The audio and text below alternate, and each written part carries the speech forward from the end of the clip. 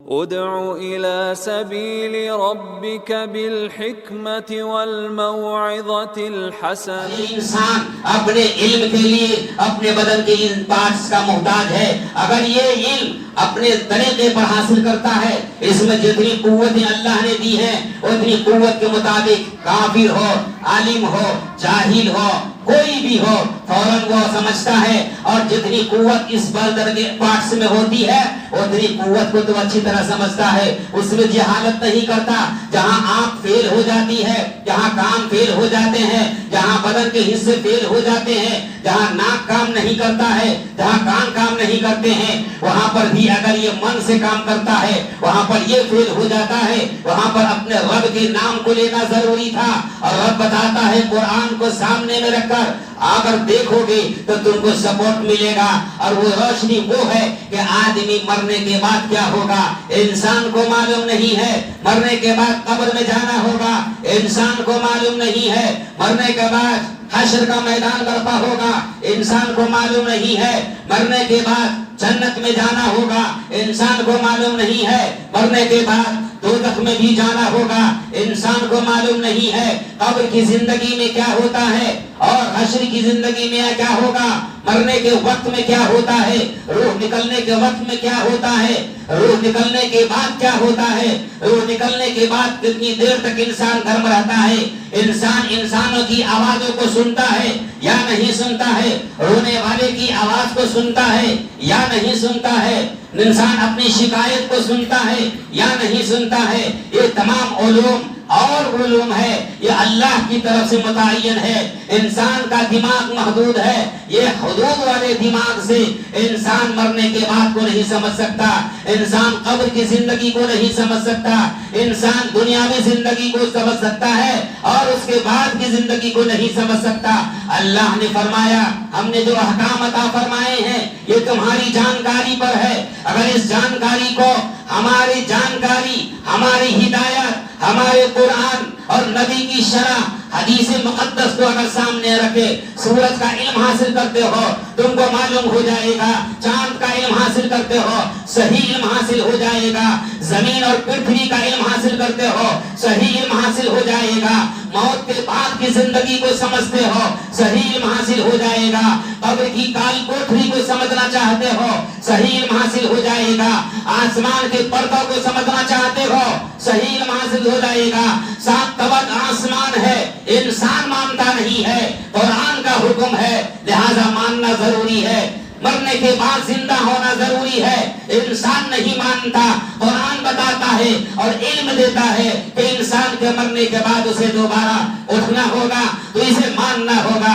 انسان یہ کہتا ہے انسان مرنے کے بعد خاک اور راکھ ہو جاتا ہے، قرآن کہتا ہے مرنے کے بعد زندہ ہونا ہوگا.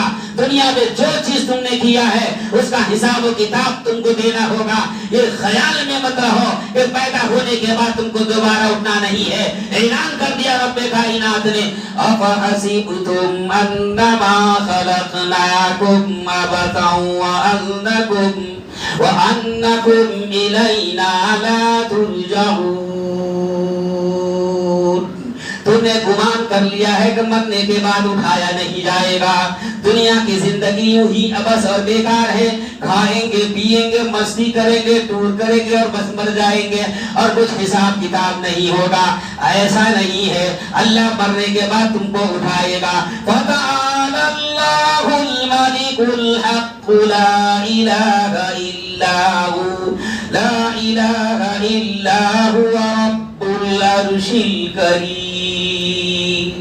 اور اللہ تم کو اپنے پاس بلائے گا اور اس رب کے پاس تم کو جانا ہوگا اور وہاں حساب و کتاب دینا ہوگا. آنکھ کہاں استعمال کیا بتانا ہوگا، کان کیسے یوز کیے بتانا ہوگا، ہاتھ کیسے یوز کیے اس کا حساب دینا ہوگا.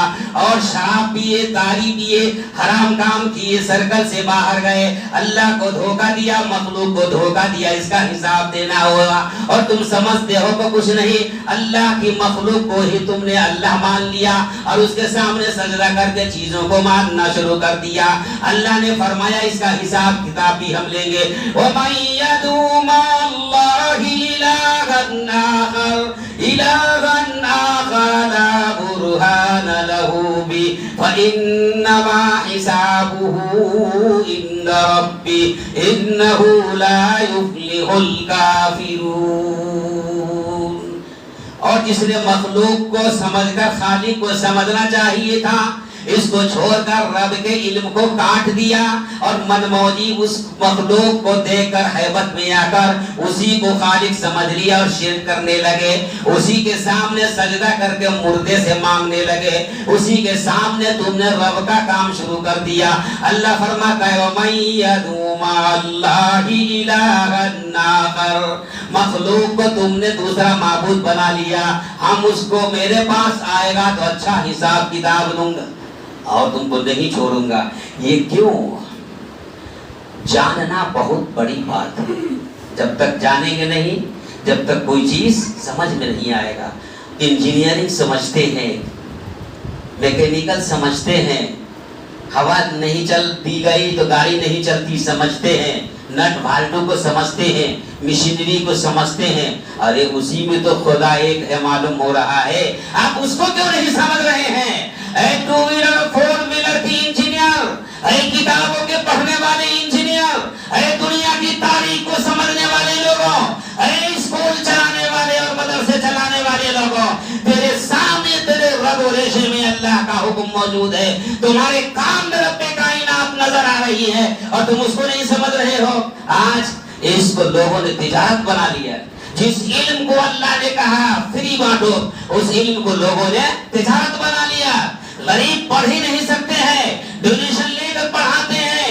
کمائی ہو گئی، تجارت ہو گئی، چھوٹا نہیں. حکومت کی سرکل میں بھی، حکومت بھی اور سماج کے طبقہ کے لوگوں نے بھی اعلان تعلیم کو اور پڑھائی کو آلو پیاز اور آٹے چاول اور راشن کی دکان پر خرید کر کھانے والی چیزوں کی تجارت بنا دیا ہے. جبکہ علم تجارت نہیں ہے، علم نور الہی ہے. العلم نور من الہی لا یعطى له بالعاصی. علم اللہ کا نور ہے جو بغیر پیسے لیے دیا جاتا ہے، اور جب نور کو تم تقسیم کرو گے تو تم محدود ہو جاؤ گے، تم کو کوئی حفاظت کرنے والا نہیں ملے گا.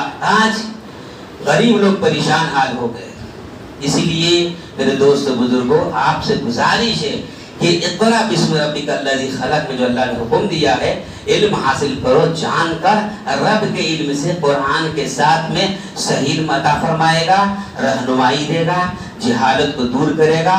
علم کو عام کرو، پیسے کی بات مت کرو. اللہ پیسہ اونیل کر تیرے سامنے رکھ دے گا. علم کی حقیقت کو سمجھو. اللہ تعالی ہمیں سمجھ کر عمل کرنے کی توفیق عطا فرمائے.